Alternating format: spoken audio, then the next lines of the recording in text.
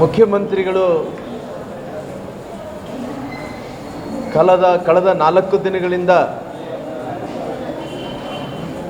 ರಾಹುಲ್ ಗಾಂಧಿಯ ಮನೆ ಹತ್ರ ಅವ್ರ ಮನೆಯ ಗೇಟ್ ಕಾದು ಪುನಃ ಕರ್ನಾಟಕಕ್ಕೆ ಮತ್ತೆ ಅವರು ಮರಳಿದ್ದಾರೆ. ಇಲ್ಲಿ ತನಕ ಆಗಿದೆ. ಸಂಪುಟ ವಿಸ್ತರಣೆ ದಿನಾಂಕ ಇವತ್ತಿನ ತನಕ ಕೂಡ ಫಿಕ್ಸ್ ಆಗಲಿಲ್ಲ. ಸಂಪುಟ ವಿಸ್ತರಣೆ ಯಾವತ್ತು ಮಾಡ್ತೀವಿ ಅನ್ನೋಂಥದ್ದು ಕೂಡ ಇವತ್ತಿನ ತನಕ ಕೂಡ ಗೊಂದಲದಲ್ಲಿ ಇದ್ದಾರೆ.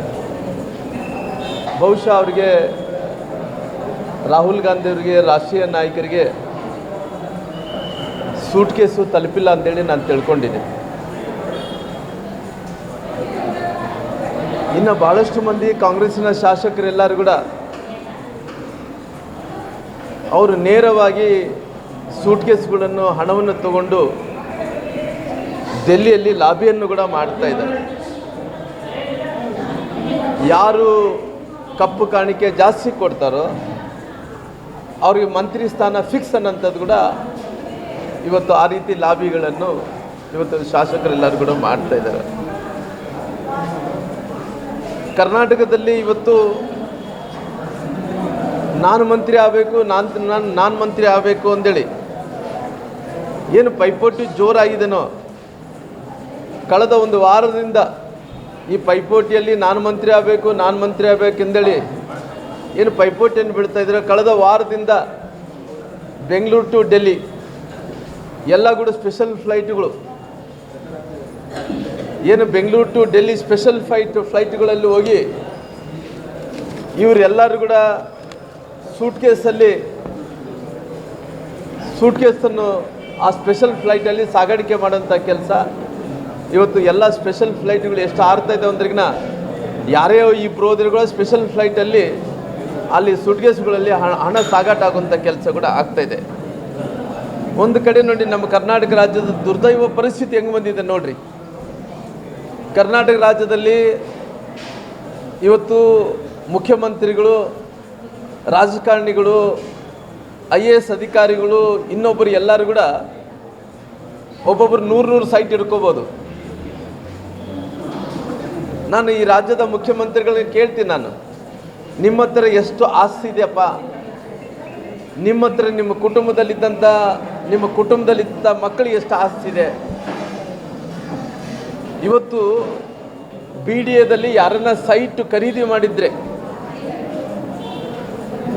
5 ವರ್ಷಗಳ ಕಾಲ ಅವರು ಖಾಲಿ ಇಟ್ಟರಿಗಿನ ಆ ಖಾಲಿದ್ದಂಥ ಸೈಟು ಸರ್ಕಾರ ವಶಪಡಿಸ್ಕೊತದಂತೆ. ಬಡವರು ಇವತ್ತು ಎಲ್ಲೋ ರಿಟೈರ್ಡ್ ಆದಂಥವ್ರು ಅವರೊಂದು ಜಾಗವನ್ನು ಖರೀದಿ ಮಾಡಿರ್ತಾರೆ, BDAಯಲ್ಲಿ ಇನ್ನೊಂದು ಕಡೆ ಖರೀದಿ ಮಾಡಿರ್ತಾರೆ. ಅವ್ರಿಗೆ ಮನೆ ಕಟ್ಕೊಳಕ್ಕಾಗಲ್ಲ ಅಂತೇಳಿ ಕೆಲವೊಂದು ಸಂದರ್ಭದಲ್ಲಿ ಬಿಟ್ಟಿರ್ತಾರೆ. ಇವತ್ತು ಯಾರೋ ಬಡವರು ಯಾವುದನ್ನೊಂದು ಸೈಟ್ ಖರೀದಿ ಮಾಡಿರ್ತಾರೆ, ಮನೆ ಕಟ್ಕೊಳಕ್ಕಾಗಲ್ಲ ಅಂತೇಳಿ ಬಿಟ್ಟಿರ್ತಾರೆ. ಅವ್ರ ಹತ್ರ ಬೇರೆ ಬೇರೆ ಕಾರಣಗಳಿಂದ ಲೋನ್ಗೆ ಅಪ್ಲೈ ಮಾಡ್ತಾರೆ, ಲೋನ್ ಸಿಗಲ್ಲ ಅಂತೇಳಿ ಖಾಲಿ ಸೈಟ್ಗಳು ಹಂಗೆ ಬಿಟ್ಬಿಡ್ತಾರೆ, ಮನೆ ಕಟ್ಕೊಳಕ್ಕಾಗಲ್ಲ. ಅವರೆಲ್ಲ ಸೈಟ್ಗಳನ್ನು ಸರ್ಕಾರ ವಶಪಡಿಸ್ಕೊತದಂತೆ. ಇದೆಂತ ನ್ಯಾಯ? ಇವತ್ತು ದೊಡ್ಡಿದ್ದಂಥ ಶ್ರೀಮಂತರು ಇವತ್ತೇ ತೊಗೊಂತಾರ, ನಾಳೆನೇ ಮನೆ ಕಟ್ತಾರ, ನಾಡ್ದನೇ ಇನಾಗ್ರೇಷನ್ ಮಾಡ್ತಾರ. ಬಡವ ಒಂದು 10 ವರ್ಷ ಇದ್ದ ಕಡೆ ರೂಪಾಯಿ ಕೂಡಿಸಿ ಅದು ಜೋಡಿಸ್ಕೊಂಡು ಜಾಗ ತೊಗೊಂತಾನ. ಜಾಗ ತೊಗೊಂಡ ನಂತರ ಮನೆ ಕಟ್ಟಬೇಕಾದ್ರೆ ಹತ್ತತ್ರ 20-30 ವರ್ಷ ಬೇಕಾಗುತ್ತೆ ಮನೆ ಕಟ್ಟಬೇಕಾದ್ರೆ. ಅಂಥ ಮನೆಯನ್ನು ವಶಪಡಿಸ್ಕೊಂಡಂಥ ಕೆಲಸ ಇವತ್ತು ಸರ್ಕಾರ ಮಾಡ್ತಾ ಇದ್ದಂತೆ. ಅದು ಸರ್ಕಾರಕ್ಕೆ ವಶ ಆಗುತ್ತೇನೋ, ಇಲ್ಲಿದ್ರೆ ರಿಯಲ್ ಎಸ್ಟೇಟಿನ ಉದ್ಯಮಗಳಿಗೆ ಅದು ವಶ ಆಗುತ್ತೆ ನಮಗೆ ಗೊತ್ತಿಲ್ಲ. ಪರಿಸ್ಥಿತಿ ನೋಡಿ ಎಲ್ಲಿ ಬಂದಿದೆ ರಾಜ್ಯ ಸರ್ಕಾರದ ಪರಿಸ್ಥಿತಿ. ಒಂದು ಕಡೆ ಈ ರಾಜ್ಯದ ಮುಖ್ಯಮಂತ್ರಿಗಳು ರಿಯಲ್ ಎಸ್ಟೇಟ್ ಬಗ್ಗೆ ಯೋಚನೆಯನ್ನು ಮಾಡ್ತಾ ಇದ್ದಾರೆ. ಈ ರಾಜ್ಯದ ಮುಖ್ಯಮಂತ್ರಿಗಳು ರಿಯಲ್ ಎಸ್ಟೇಟ್ ಬಗ್ಗೆ ಯೋಚನೆ ಮಾಡ್ತಾರೆ, ಬೇರೆ ಏನು ಯೋಚನೆಯನ್ನು ಮಾಡ್ತಾ ಇಲ್ಲ. ಗೃಹ ಮಂತ್ರಿಗಳು ಯಾರ ಬಗ್ಗೆ ಯೋಚನೆ ಮಾಡ್ತಾ ಇದ್ದಾರೆ? ಕೇವಲ ಗೃಹ ಮಂತ್ರಿಗಳು ಯೋಚನೆ ಮಾಡಬೇಕಾಗಿದ್ದಂಥದ್ದು ಈ ರಾಜ್ಯದಲ್ಲಿದ್ದಂಥ ಕಾನೂನು ಸುವ್ಯವಸ್ಥೆ ಏನಾಗ್ತಾ ಇದೆ. ಇವತ್ತು ಸಾಕಷ್ಟು ಮಂದಿ ವಿದ್ಯಾರ್ಥಿನಿಯರು ಏನು ಡ್ರಗ್ಸಲ್ಲಿ ಇವತ್ತು ಆ ನಿಶೆಯಲ್ಲಿ ಭಾಳಷ್ಟು ಮಂದಿ ಮಕ್ಕಳು ಜೀವನ ಹಾಳಾಗ್ತಾ ಇದೋ, ಅದ್ರ ಬಗ್ಗೆ ಯೋಚನೆಯನ್ನು ಮಾಡಬೇಕು. ಸಾಕಷ್ಟು ಕಡೆ ಬ್ಯಾಂಕ್ಗಳಲ್ಲಿ ದರೋಡೆ ಆಗ್ತಾ ಇದ್ದಾವ. ಇಲ್ಲಿ ತನಕ ಇದೆ ಯಾವ ಬ್ಯಾಂಕ್ಗಳಲ್ಲಿ ಬೀದರ್ ಬೇರೆ ಬೇರೆ ಬ್ಯಾಂಕ್ಗಳಲ್ಲಿ ದರೋಡೆದಂಥ ಅಮೌಂಟು ಸಾರ್ವಜನಿಕರ ಅಮೌಂಟ್ ಇವತ್ತು ಕೂಡ ಸಿಗಲಿಲ್ಲ. ದಿನನಿತ್ಯ ಕೂಡ ಬೆಳಗ್ಗೆ ಎದ್ದು ರಾತ್ರಿ ತನಕ ಕೂಡ 1-2 ಕೊಲೆಗಳು ಆಗ್ತಾನೆ ಇದ್ದಾವ. ಟೋಟಲ್ ಆಗಿ ಇವತ್ತು ಗೃಹ ಸಚಿವರಲ್ಲಿ ಕಾನೂನು ಸುವ್ಯವಸ್ಥೆ ಕಂಪ್ಲೀಟಾಗಿ ಕ್ಲೋಸ್ ಆಗಿದೆ, ಕಂಪ್ಲೀಟಾಗಿ ಕೊಲಾಪ್ಸ್ ಆಗಿದೆ. ಅದ್ರ ಬಗ್ಗೆ ಯೋಚನೆ ಮಾಡ್ತಾ ಇಲ್ಲ. ಗೃಹ ಮಂತ್ರಿಗಳು ಯೋಚನೆ ಮಾಡ್ತಾ ಇರೋಂಥದ್ದು ಕೇವಲ RSS ಬಗ್ಗೆ ಮಾತ್ರ ಯೋಚನೆಯನ್ನು ಮಾಡ್ತಾ ಇದ್ದಾರೆ. ಇವತ್ತು ಅದೇ ರೀತಿಯಲ್ಲಿ ಕೂಡ ಮುಖ್ಯಮಂತ್ರಿಗಳು ಬರ ಅಧ್ಯಯನ ಮಾಡ್ತೀನಿ ಅಂತೇಳಿ ಕೇವಲ ಸುಮ್ಮನೆ ಡ್ರೋನ್ ಆರಿಸ್ತೀರಿ ಅಂತ ಹೇಳಿದ್ರಾಗಲಿ ಇಲ್ಲಿ ತನಕ ಕೂಡ ಡ್ರೋನ್ ಕೂಡ ಅಂತ ಆರಲಿಲ್ಲ.